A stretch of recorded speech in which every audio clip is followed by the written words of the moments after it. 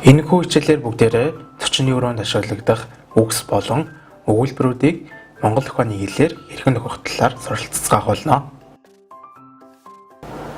Бойдон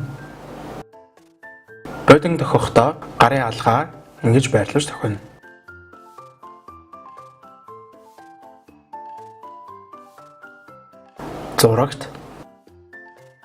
Зурагтыг тохиохдоо долоовор болон чигч уруунуудыг хооронд нь нийлүүлж тохино.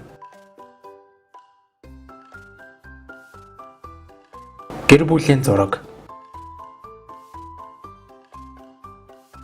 Гэр бүлийн зургийг тохиохдоо хүмүүс зураг авахулж байгаа юм шиг байрлалтай аппаратыг дарж байгаа юм шиг тохино гэсэн үг. Ханын цаг.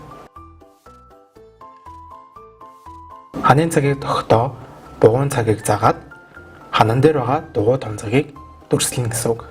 Дугуйн дээр цагийг заагаад хан дээр дүрслэнэ. Залгуур 2 сэрийн залгуурлаа орж байгаа юм шиг дүрслэн тохино. Залгуур. Цонх.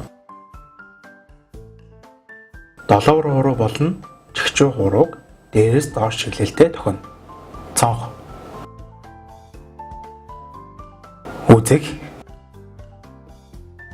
Үзэх гэдгийг тохиохдоо дунд хуруу болон долоовор хурууг нүднээсээ гадагшаа чиглэлтэй тохино. Үзэх. Суух гэдгийг тохиохдоо дунд хуруу болон долоовор хурууг нийлүүлсэн байдалтай дээр нь сууж байгаа юм шиг дүрслэн тохино.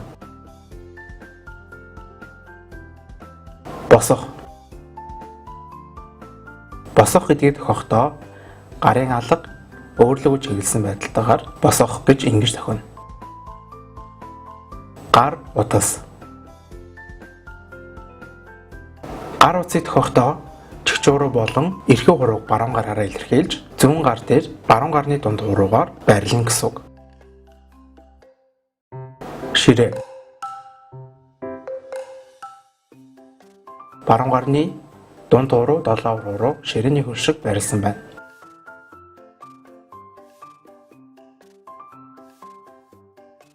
Сандал. Сандлыг тохиохдоо дунд хуруу, ядам хуруу, эрхээ хуруу нэрнийсэн байх ба чигчээ хуруу, долоовор хуруу гоцоосон байдалтай сандлын туршлага шиг харагдана.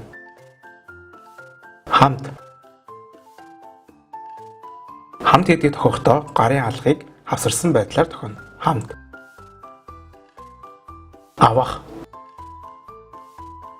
Авах гэдгийг тохиохдоо гаднаас өөрлөгөө чиглүүлсэн байдалтай юм бадж байгаа юм шиг тохино гэсэн үг.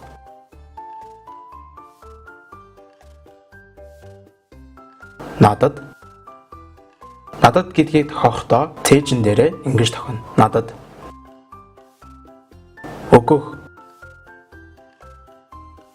Өгөх гэдгийг өөрөөсөө гадагшаа чиглэлтэй гарын алга дэшээ тохино. Өгөх.